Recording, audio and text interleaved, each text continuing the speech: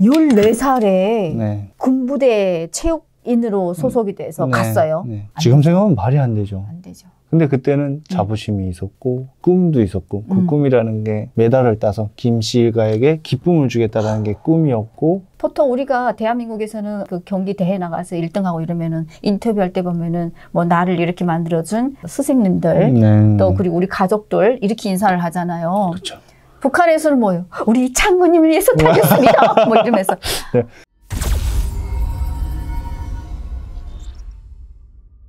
메달을 따고 인터뷰를 할 가능성 있는 선수들을 준비시켜요. 미리. 네. 너는 이렇게 얘기해라 하면서. 네. 그러니까 이제 외국인 기자들이 와서 이야기를 할 때 우리는 이러이러한 방향으로 이야기를 해야 된다라고 거의 규정이 있어요. 그래서 그렇게 이야기를 안 할 수가 없죠. 그렇죠. 뭐 북한 얘기는 뭐 파도 다 그 김씨 일가들을 위해서 하는 거기 때문에 더 말할 가치도 네. 없는 거고. 맞습니다. 예, 그러면은 그렇게 대학에 들어와가지고 대학 생활하면서 네. 거기서는 또 뭐 한국의 대학은 이렇게까지 하나? 뭐 이 정도로 좀 감동이나 또 충격적으로 받아진 게 있다고 하면 뭐가 있어요?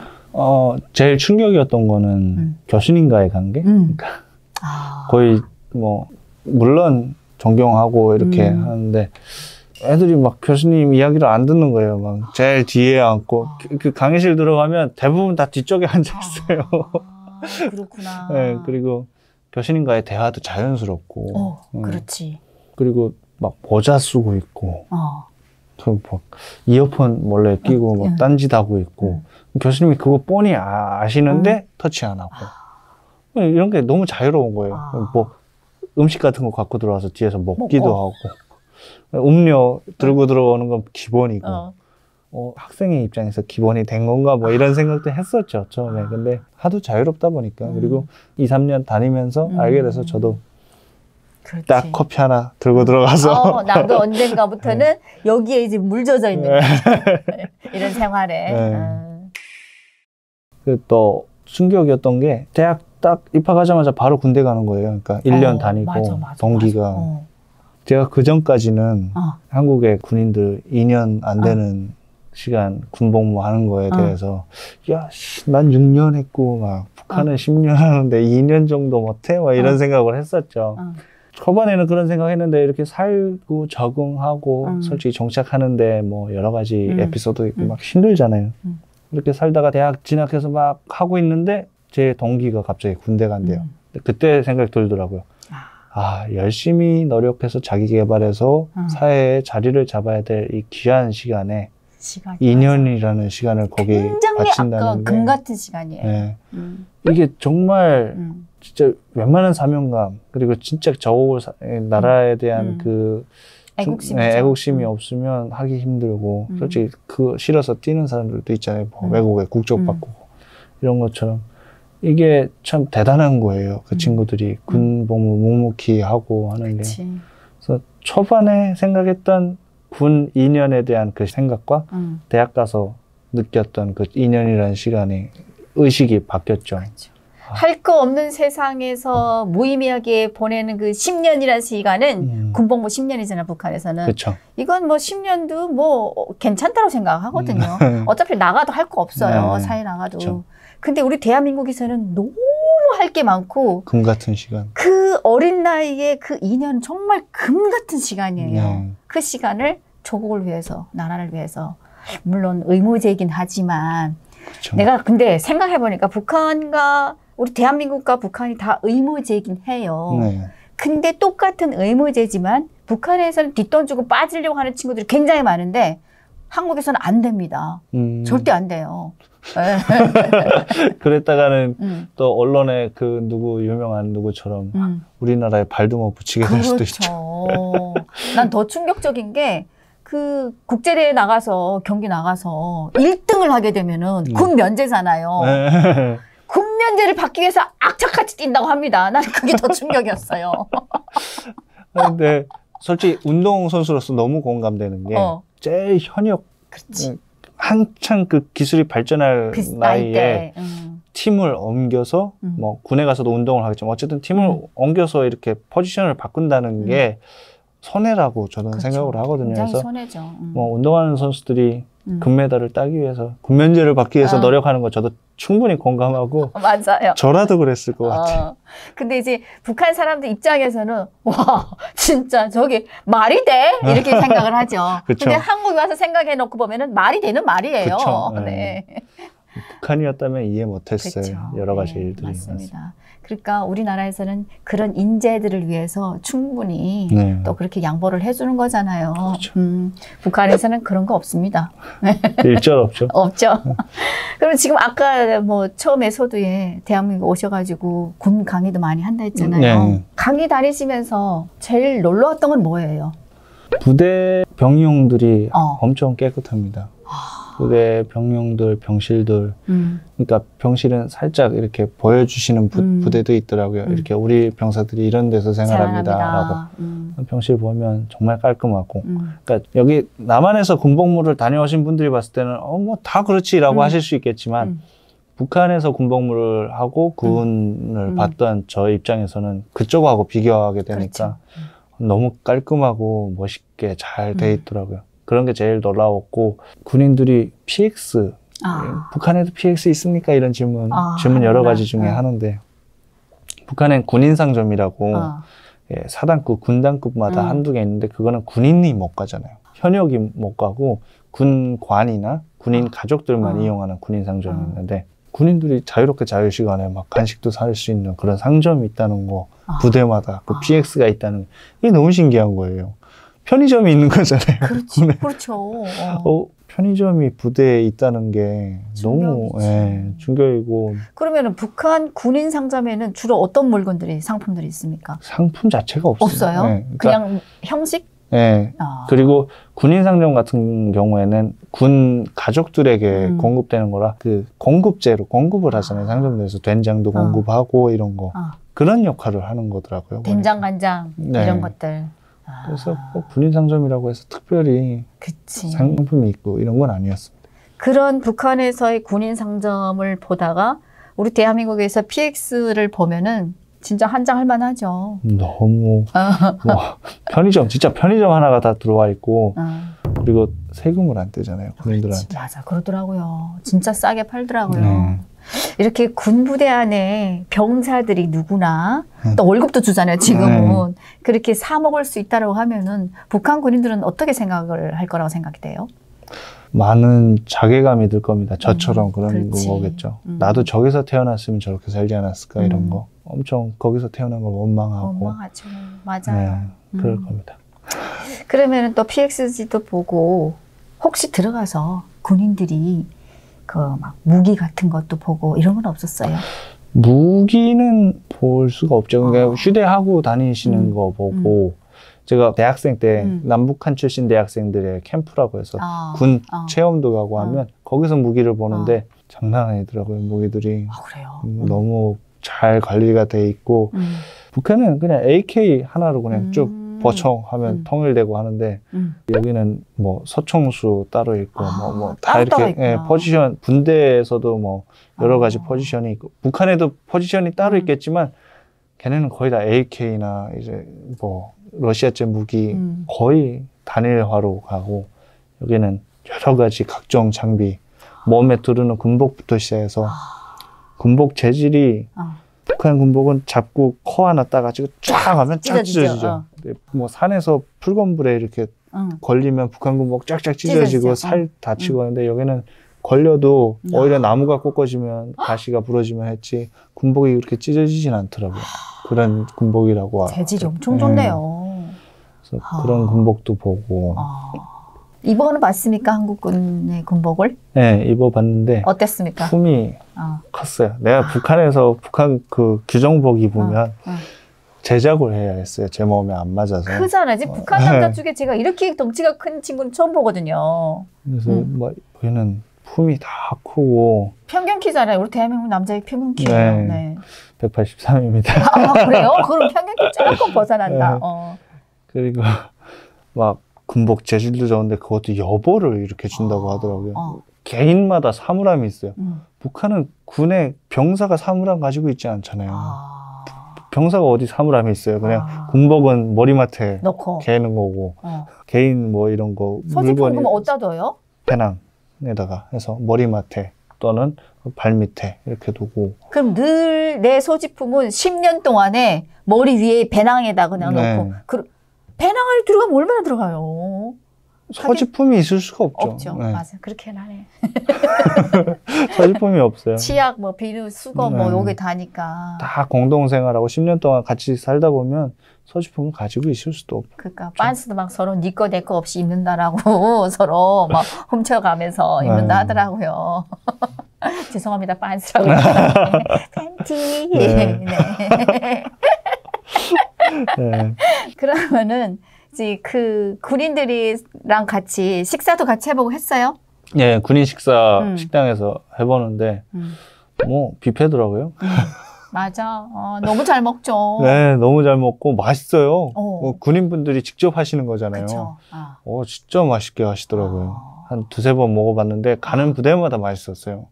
그리고 이렇게 퍼 드실 만큼 드시는데 저렇게 드시나? 북한이었으면 막 그 퍼먹을 만큼 퍼먹으라면 막 그냥... 식판이 막 무너지라 하고 이렇게 쌓아 먹겠는데 적당히 이렇게 드시는데 저렇게 한다고? 보통 막 많이 드실 텐데. 근데 그럴 만도 한 게 아침, 점심, 저녁으로 맛있게 드시고 또 그치. 간식도 나오고 그렇지. 뭐 PX도 갈 수 있고 또 보급을 이렇게 식사를 안 하고 PX에서 뽀글이 드시는 분들도 있고 배부르다. 그렇지. 너무 좋다. 조건 잘 돼 있다. 이런 생각도 들더라고요. 맞습니다. 야, 우리 대한민국 군인들이 이 정도의 생활 조건으로 이렇게 잘 먹고 이렇게 군 생활을 한다고 북한 전 지역에 있는 군인들한테 다 알린다고 하면은 동요가 일어나지 않을까요? 아마 다 그냥 부대에 줄 서서 이렇게 탈북하자고 할 수도 있어요. 그렇죠. 본인이 10년 전에 지금 군 현역에 있다고 왔잖아요. 네. 네. 그때까지만 해도 우리 남한군은 국군은 이렇게 잘 먹는 줄 알았습니까? 일단은 북한에서 제가 군 때 핸드폰을 소지했었고 그 핸드폰이 있음으로 해서 그 뮤직비디오나 이런 영화 이런 것들을 SD 카드로 볼 수 있었어요. 네네.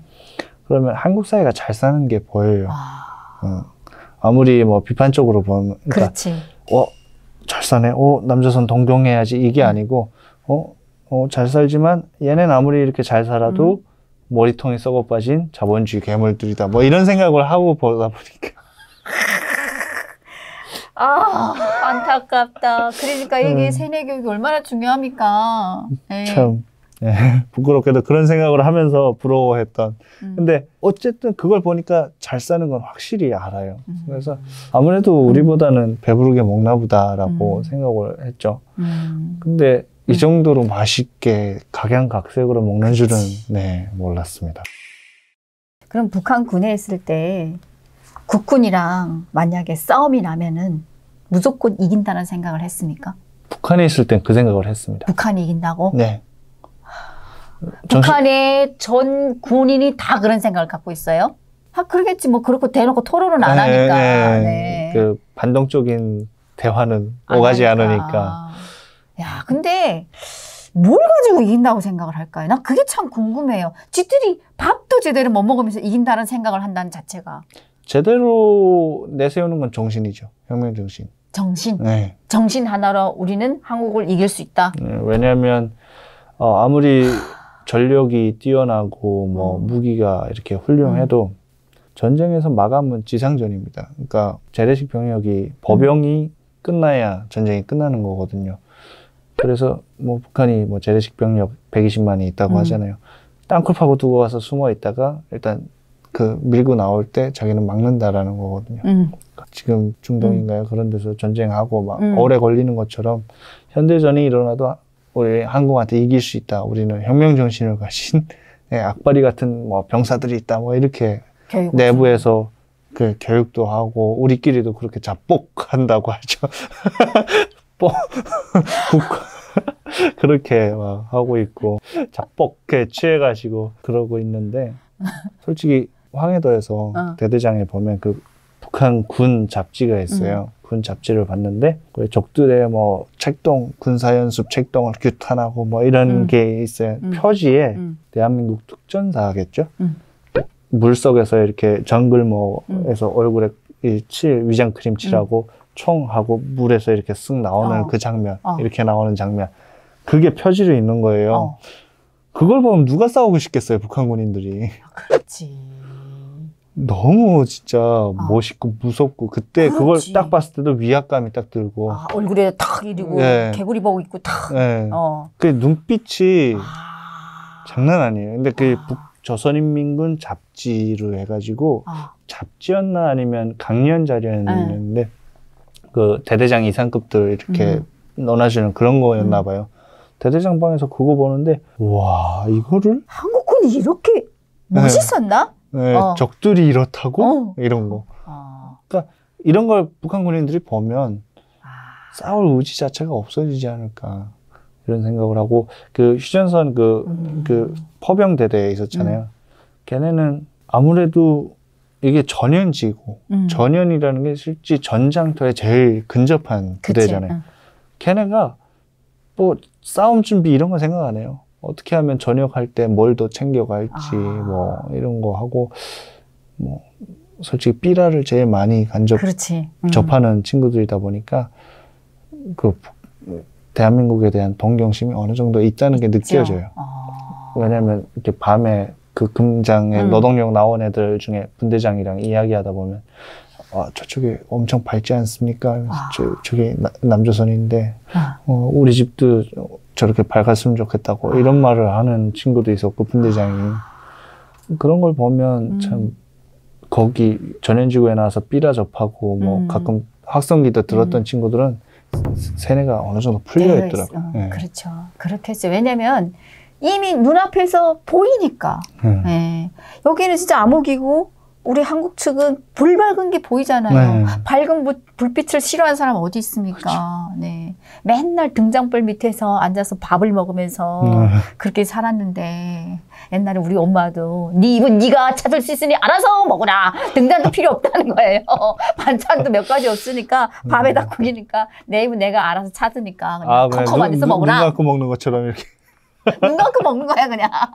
아이고. 아무튼 지금 생각해놓고 보면 정말 다 추억 같은, 옛말 같은 이야기로 남았는데, 그러면은 정말 제일 궁금한 거는 북한 군에 있을 때 우리 국군은 얼마만큼의 그 군사력을 갖고 있다라는 교육을 시킵니까? 군사력 교육 면에서는 미군이 주둔해 있기 때문에, 우리는 싸우면 미국이랑 싸운다. 괴뢰군은 싸움 상대가 안 되기 때문에 미국이랑 싸운다라는 교육을 들었고, 그리고 제가 공군에 있다 보니까 공군 사람들끼리 이야기하는 게, 장군님께서는 전쟁이 일어나면 우리 공군을 20분만 쓰신다라는 말이 돌았어요. 왜 20분만 쓴다요? 그 인간이? 진짜. 왜? 그건 무슨 의미로? 그러니까 공군력은 우리가 적들한테 안 된다. 그럼 무슨 역이 된다요? 어떤 쪽으로 된다요?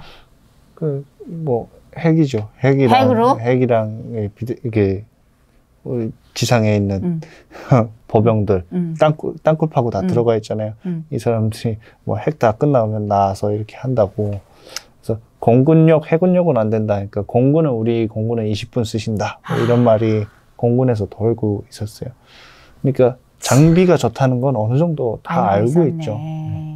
그러니까 핵으로 해보겠다. 이거로 인해서 신심을 주는 거네요. 핵 앞에는 못 이긴다라는 그런 뉘앙스로. 김일성이 죽었을 때 김정일이 이런 소리 했잖아요. 막 독려하고 뭐 이런다고.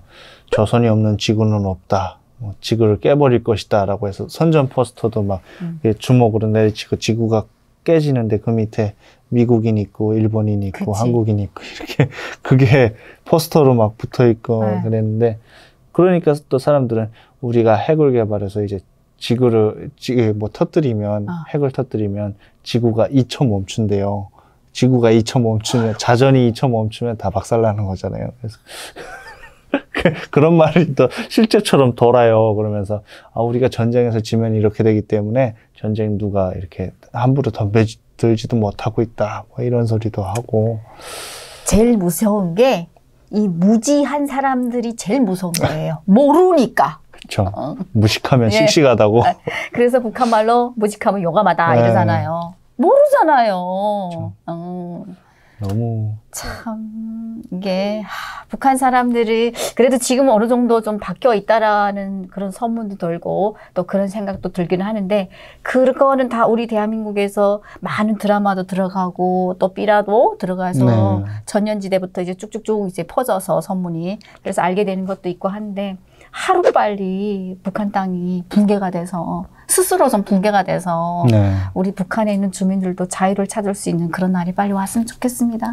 저도 정말 고향 땅 제발 밟고 싶습니다. 밟아보고 싶어요. 그렇죠.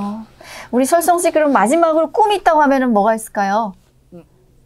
저는 베스트셀러 작가가 되는 게 꿈입니다. 지금 준비 중이죠. 딱 멋진 작품 하나만이라도 제가 남기고 싶어요. 좋습니다. 뭐 역사적인 책이라기보다는 그냥 작품성을 가진 멋진 소설, 북한을 담은 품은 소설 하나를 만드는 게 꿈이고 목표입니다. 꼭 잘 될 거라고 봅니다. 이게 말하는 거 보니까 너무 이렇게 쏙 빠져들게 하는 그런 재주를 갖고 있어요. 감사합니다. 그리고 지금은 남북하나재단에서 근무를 하신다고. 네, 그렇습니다. 멋져요. 올해 또 7월 14일 제 생일인데 제 생일날이 또 첫 북한 이탈 주민의 날로 제정돼서 맞아요. 올해부터 또 이렇게 행사도 하고 이렇게 뭐 동대문 역사문화공원에서 행사도 진행하고요. 또 재단에서 탈북민을 위한 뭐 여러 가지 좋은 일 많이 합니다. 있습니다. 그래서 또 유튜브 채널 맞아요. 소개해드려도 될까요? 네, 그럼요. 친절한 하나씨라는 친절한 하나씨 유튜브 채널이 있습니다. 재단에서 운영한 채널 탈북민들의 성공적인 사례나 여러 가지 모습들이 담겨 있는 채널이니까 놀러와 주시고요. 잘 부탁드리겠습니다. 제가 우리 설성 씨를 남북하나재단에 나와 있는 그 유튜브를 보고 이 친구를 섭외를 해야 되겠다라고 해서 제가 또 이렇게 섭외를 하게 됐는데 남북하나재단은 우리 탈북민들을 위해서 정말 정착부터 시작해서 또 여러 가지 많은 일을 하잖아요. 그렇습니다. 요거는 우리 통일되는 그날까지 통일돼서도 꼭 필요한 그런 또 기간이라고 생각을 합니다. 좋은 데서 정말 열심히 살아가는 것 같아서 보기 좋습니다. 감사합니다. 앞으로 꼭 꿈을 이루시기를 바라면서 오늘은 여기까지 하고 마치도록 하겠습니다. 지금까지 저희 유미카 유튜브를 시청하고 계시는 시청자 여러분 오늘도 시청해 주셔서 감사합니다. 감사합니다.